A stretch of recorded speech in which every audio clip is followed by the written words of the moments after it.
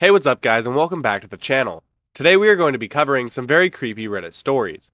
I know I have covered that topic many times before, and if you want to see those, I'll have a pop-up for my Reddit playlist come up now. But today we are going to be talking about something I've never directly covered before, true scary Snapchat horror stories.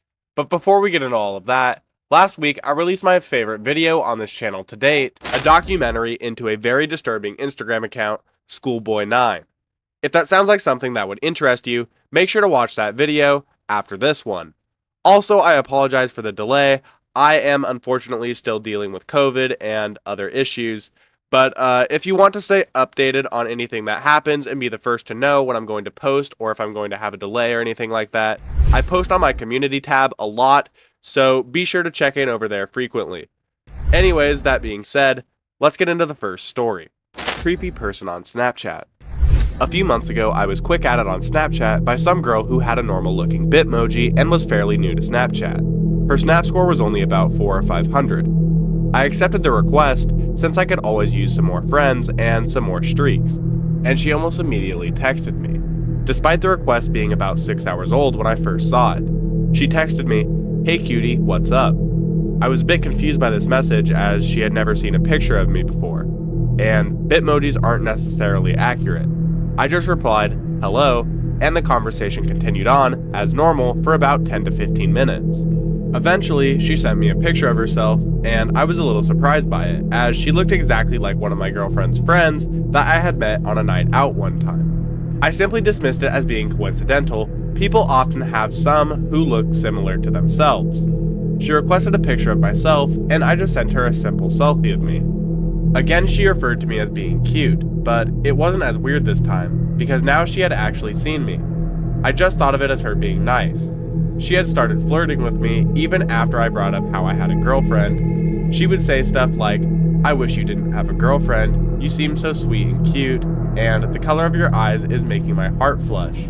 She would even get sexually explicit with some of her comments. Out of nowhere, she sends me 2 more selfies of her. This time they were 2 pictures of other women I had only met once or twice in my life. One of them was my girlfriend's other friend, and another was an old classmate of mine from 8th grade. Assuming it was my girlfriend doing some stupid loyalty test to me, I just said to her, "Nice try, Aurora," not my girl's real name. You should know after 2 years of dating, I'd never cheat on you. After I said this, she sent me a picture of yet another girl I hardly knew and said, "Who the fuck is Aurora?" Freaked out a bit, I now asked who this really was. She got really pissy with me, saying how every new person she meets accuses her of being a catfish because she always looks like somebody they know. I asked her if she had more pictures of herself just to see if I'm not losing my mind. She sends me 5 more, each of yet another girl I knew. This time, some of them were a bit closer to me.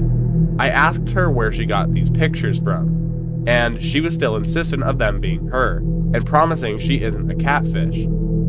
After about 10 minutes of me pressuring the catfish into giving herself up, she sent me a heart-chilling snap.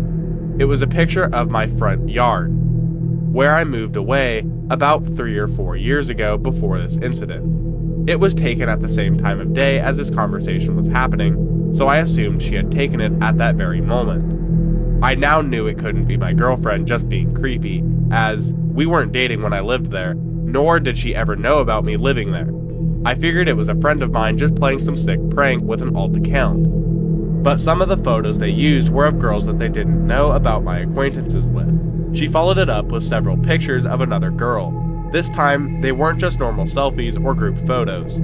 They were candid shots of nobody other than my girlfriend. Some of them were her sitting at stoplights in her car, others were of her walking into the school we go to, and then my heart dropped. I blocked the person immediately and phoned my girlfriend to tell her the situation. She assured me that it wasn't her or one of her friends doing some kind of prank or loyalty test, and that she didn't know somebody had been taking photos of her. I haven't been added by anyone similar of that nature or heard from that account ever again. I still have no idea who is actually behind it. My friends that I or Aurora still had contact with have since privated their Instagram accounts, which is where the pictures that account sent me came from. And my girlfriend and I have disabled our snap maps to everyone, including our close friends. I still want to believe this was just some sick prank from one of my best friends or something, and not just some genuine creepy person who was stalking me and my girlfriend. There's a dead girl on Snapchat. I got a notification last night from Snapchat telling me that a friend of mine had just joined. The problem is, she was murdered 5 years ago. Lydia was a good friend of mine from back in the day. She was part of our little group that would hang out. We would all go to the movies, out to eat, celebrate each other's birthdays, and so on. I'm not even sure how all of us started hanging out. At first, it was just 2 or 3 of us, and then the next thing I know, we're 25 deep, rolling to Cheddar's on a random Friday, just because we had nothing else to do. Naveed joined our little group for a small amount of time, but mainly because he had a crush on Lydia. That's fine, you get a group of 20-something together, and you're bound to end up with some coupling up. In fact, most of that group of people from back then decided to marry each other. It seemed normal for Naveed to have feelings for one of the girls. Nobody really thought anything of it. Well, at least until things started getting weird. It started small with Naveed asking Lydia out on some dates. They went out a few times, but Lydia wasn't really interested in him in that way. She told him as much, but he didn't really take the hint. When we went out as a group, he insisted on sitting next to her and would even get a little angry if someone else tried to take that seat. At some point, the two of them had a conversation where she told him it was time for him to back off and stop trying to make something happen that clearly wasn't there. This led to Naveed slowly fading away from the group. The other people tried to keep him involved and even tried to hang out with him separately, but no such luck. George was really good at that. He genuinely loves being around people and spent a lot of time with Naveed, just the two of them hanging out. Of course, that stopped at some point too. On Valentine's Day 5 years ago, I got that terrible phone call that Lydia had been murdered. Naveed showed up at her apartment early in the evening with flowers and a stuffed teddy bear. Sunflowers. They were Lydia's favorite. He was waiting for her where she normally parked. She got home and a pretty heated discussion happened between the two of them. From what I heard from one of her neighbors at the funeral, she was trying to get him to understand that the two of them were never going to happen. And he, belligerently refusing to accept the fact, pulled out a gun and shot her right in the face. Right there. She died almost instantly. The next few months were a blur. We were all so devastated that something like that could even happen to us. It seemed to come from out of nowhere. Between the funeral, investigations, trial, and all the emotional heaviness that each of those carry, it was no surprise that our fun little group slowly started to disband. Naveed is in jail, serving a life sentence for first-degree murder. The girls that Lydia was closest with started a little memorial page on Facebook that still sees activity even after all of this time. I'll still talk to a few of them every now and then, but I've mostly started hanging out with a different group of people. Lydia still crosses my mind from time to time. I remember visiting her at the fast food place she worked at, and her always hooking it up with a little bit of extra food in my bag. We would always make plans to take our dogs on a date together, but it never really happened. Last night I was hanging out with some friends, just relaxing, playing some card games. I got a notification on my phone from Snapchat. Lydia P has joined Snapchat. My stomach dropped.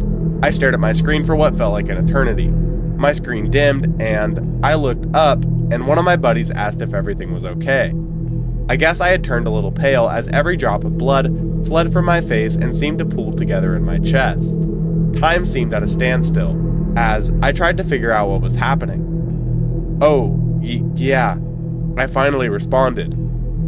"I'm fine. Just the coffee.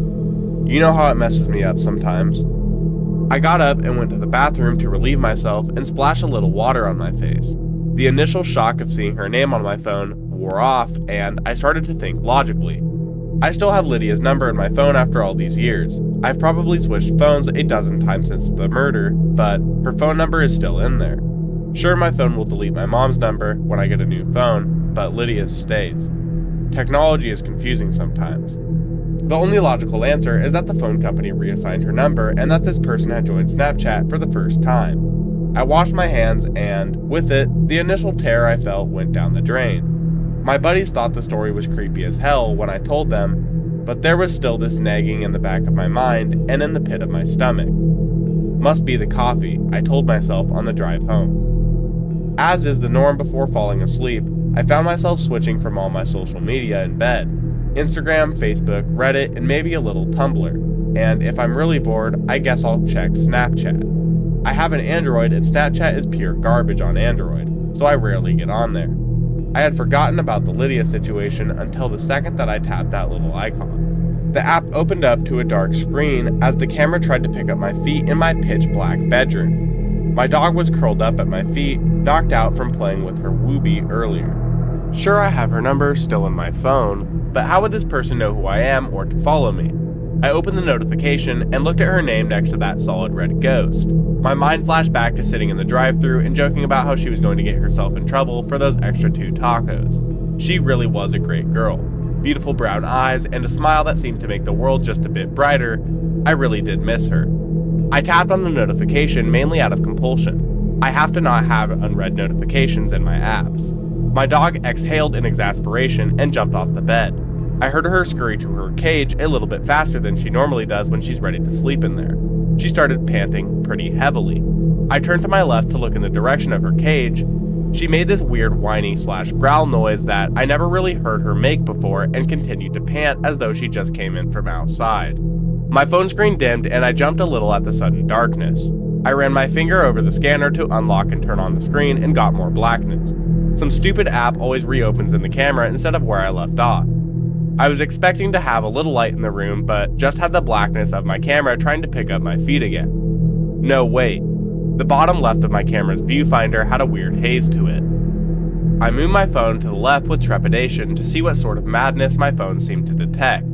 My thumb tapped the screen to make sure it didn't go dim again, and a small circle popped up and tried to focus on whatever the strange haze was in my room. I couldn't help but shiver as my dog's panting got a little more intense and I heard her shuffle around in her cage.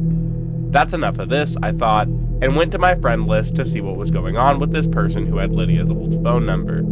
Whoever they were, they had already posted a story or two. The small circle next to the name, Lydia, was black, and I could see some text there. Without knowing why, I tapped it. The first story was a video of what looked like a parking lot. It was hard to tell because the phone was moving so much, but I could still see the yellow lines of a parking spot.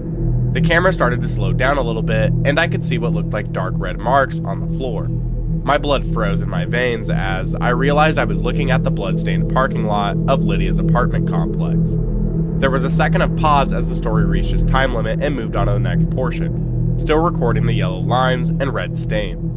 My dog is frantic at this point. She ran from her cage and started scratching at the door, no longer wanting to be in there. There was no way I was getting up to let her out. I'm not even sure I could do anything but grasp my phone with both of my hands. She jumped onto the bed and whimpered at me and then ran back into her cage to cower. The next story started. It was a bright white screen that hurt my eyes after being in the dark for so long. The camera moved back a little and I saw the white fur of a teddy bear holding a giant red heart that said, "Life without you is unbearable." It was only on screen long enough to barely make out what it said, but I recognized it right away from the trial. It was the bear Naveed gave Lydia on the night that he killed her. My screen went black again as the story started, but only for a second or two. It lit up again, but this time yellow and black, as my eyes stared at a large sunflower. I felt a tear escape my eye and seemed to exhale for the first time for what felt like hours. I had been holding in my breath. I was suddenly aware of how cold the room was. My eyes moved frantically fast in their sockets as I looked at every detail of the sunflower. The story had been going for a while now, as it was just a video of the same sunflower filmed over what was probably 2 minutes. I was captivated and couldn't take my eyes off of the screen. Even blinking felt like a betrayal. Finally, the story ended, and my screen went black. I heard myself whimper in relief. The next screen was what I saw in the thumbnail before I tapped on the story. It was a solid black screen with white text that was compromised of only 3 words. He got out. I threw my phone out of my hands and ran out of my room. I could feel the hot bile in the back of my throat and tried to make it to the bathroom before it erupted out of my mouth.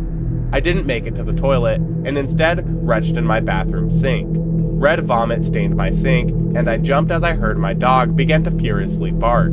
I crouched over my sink and tried to stop throwing up. When I glanced at my reflection, dimly lit from the small light I keep my bathroom, I could tell my eyes were bloodshot from the effort of pushing out the bile. I felt a wave of coldness waft through the bathroom, and the vomit suddenly stopped. A couple of coughs and some mouthwash, I realized the coldness of the room was gone. My dog was still barking. I called for her to be quiet, and she whimpered, and I heard her cage rattle as she found her way back inside of it. It took me a while to work up the courage to go back to my room, but my logical mind prevailed, and I came to the conclusion that someone must be pranking me. When I got back to my room, my phone was still face up on the floor, still lit. The same story was on there, a black screen with 3 little words. As I stared down at it, the story changed to a black screen with 2 more words. Warn George. That's going to be the end of this story though. The original creator does post a second and a third edit, so if you guys would like me to go over that in the future, I would be happy to come back to this and release a part 2 to this video. With that being said, that's going to wrap up this one, and if you guys enjoyed, please consider subscribing, hitting the like button, and the notification bell, as it all helps this channel and our eventual goal to reach 10,000 subscribers. But before talking about all of that, I want to take a step back and thank you guys for the outrageous support on the last video. Without getting too far into it, because I don't want to stretch the video a whole bunch, but I do want a portion just to thank you guys for what you're doing for this channel. My goal as a little kid was to reach 100 subscribers on a YouTube channel, and this is my first video on this channel where we are up over 100 subscribers. If you look now, I actually think we're up over like 200 subscribers now, but who's counting? Anyways, I just wanted to thank you guys for everything you're doing for the channel, and seriously, it means a lot to me, and I appreciate each and every one of you. Thank you guys for all of the support. I promise to keep making videos as long as you guys are still interested and still supporting the channel. So, that's really all I have for this one, and I will see you guys in the next video. See ya.